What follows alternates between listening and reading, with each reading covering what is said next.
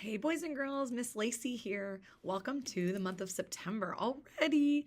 Hope school is going well if you started. If not, I hope you're looking forward to it.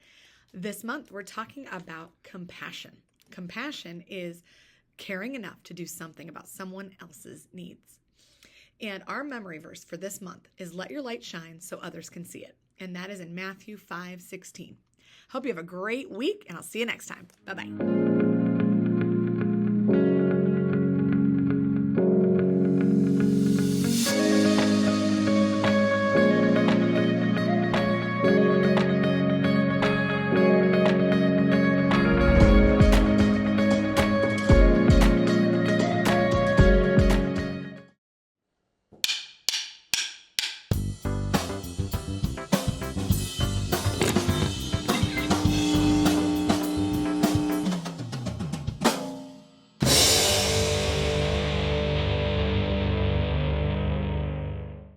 Have you ever asked yourself, what do the people around me need? When you start to pay attention, you'll see needs everywhere. Maybe your bus driver needs your smile, someone in your town probably needs a meal, or maybe some warm socks. The new kid at school might need a place to sit at lunchtime. Your sister might need a listening ear, and for you to zip it while she talks. Your friend who's struggling with science may need a study pal. Maybe your cousin could use a cheerleader at a soccer game. Go, Garrett, go! And I can guarantee your mom or dad needs a helping hand. When you practice looking for what people need, you'll start to see it everywhere. But seeing is only the first step. Once you see a need, then you can do something about it. You can show God's love by meeting some of those needs. Now, we hear about needs all over the world, and sometimes we can help, like sponsoring a child so they can have food and school to go to. But most of the time, it's about showing love to the people right around you. God can give you the vision to see and the creativity to help the people you see every day. When you care enough to do something about someone else's needs, it's like shining a light so others can see God at work. That's why compassion is an amazing way to worship God with your life. Because worship is about more than just singing loud. It's all about living loud.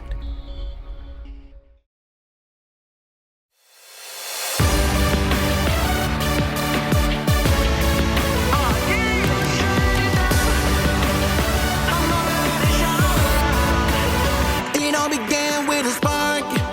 The spark caught fire in my heart. And I could see you lighting up the dark. And I was burning brighter than ever. It's down deep in my soul. The fire burning out of control. It's love and I gotta let it show. It's changing my world for the better. So raise one hand high. Show your light in the sky. We're gonna keep it shining forever.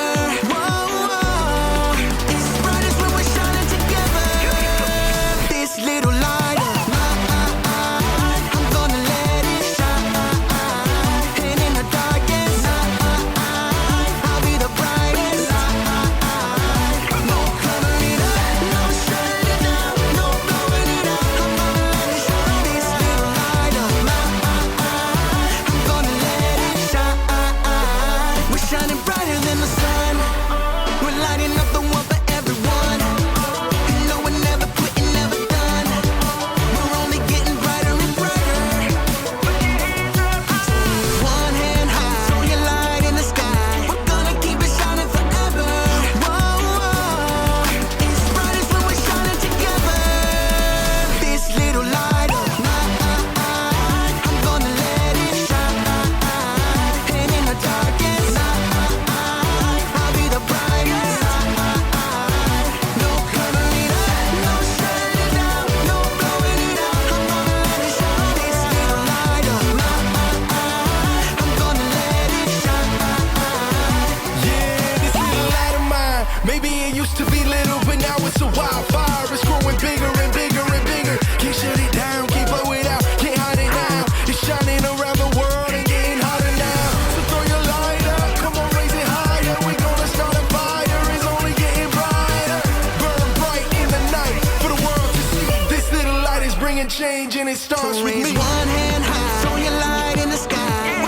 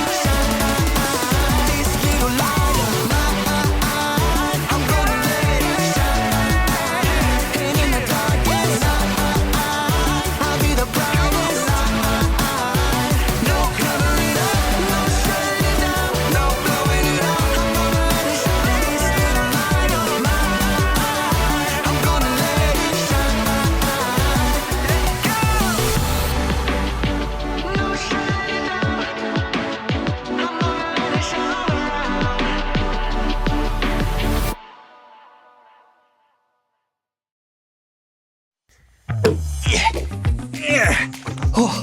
Hey, welcome to Storyland. Oh, oops. Whoa. Well, this week we're taking a look at the way God wants us to shine, but not directly in people's eyes.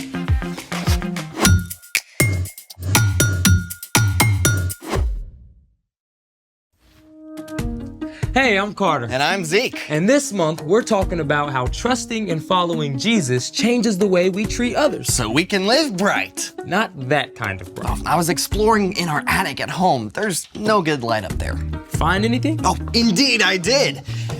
I excavated this piece of ancient technology. Oh. It plays music. How? Does it have a Wi-Fi connection? You have to feed it one of these. Oh, right, CDs. Can we play one? Nope, the batteries are corroded, but I discovered something fun. Here, see how it catches the light? Yeah, rainbow colors. Here. You hold this. Okay.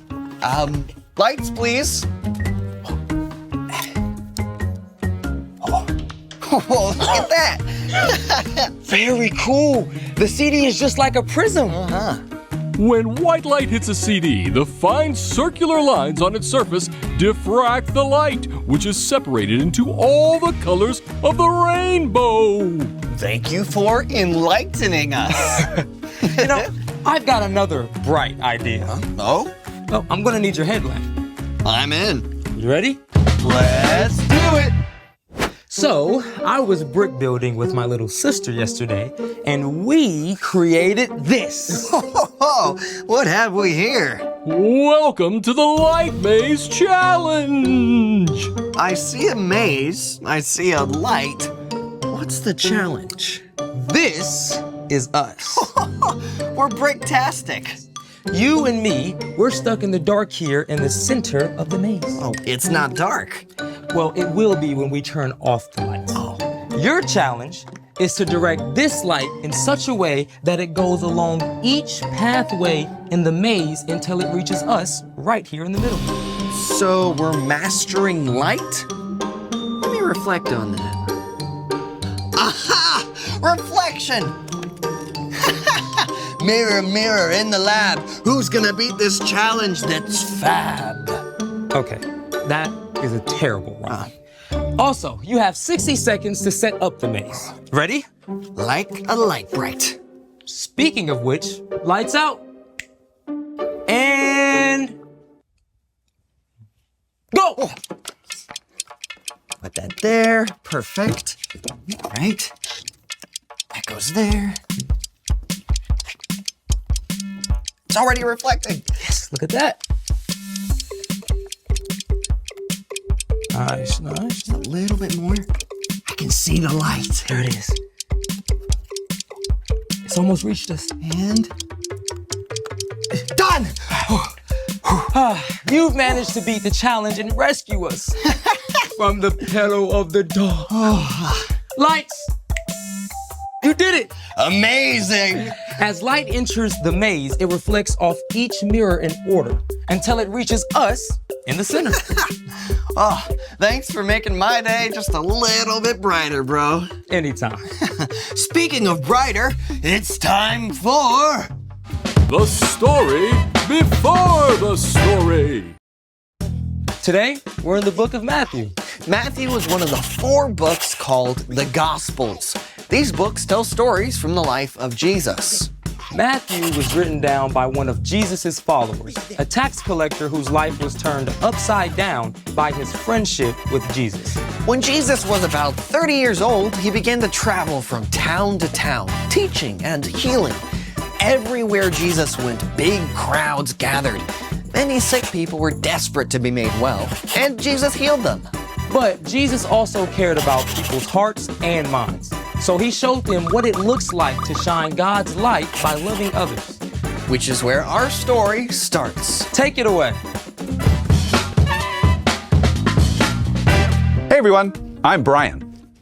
As Jesus began to travel from town to town, teaching and healing, great crowds gathered. And one day, Jesus sat down on a mountainside to share with his followers what it truly looks like to live for God.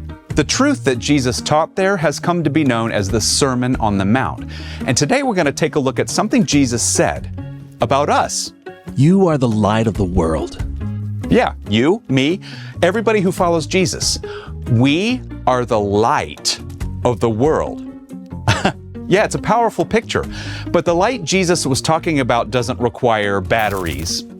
See, Jesus later told his followers that he is the light of the world. Jesus is the source of all light, just like the sun.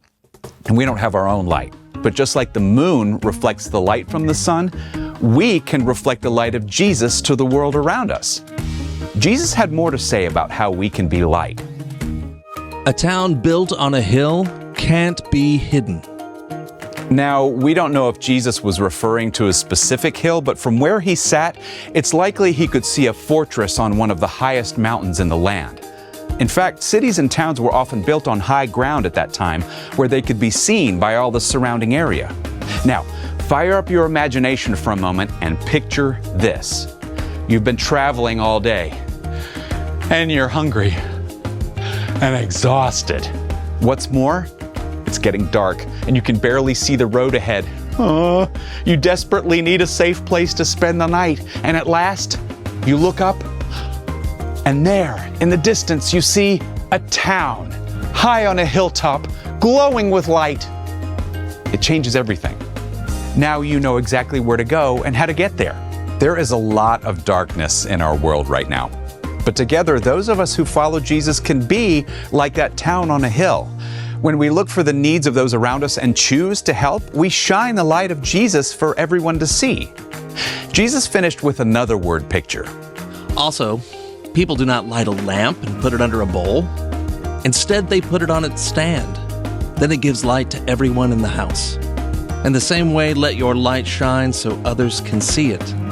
Then they will see the good things you do, and they will bring glory to your Father who is in heaven.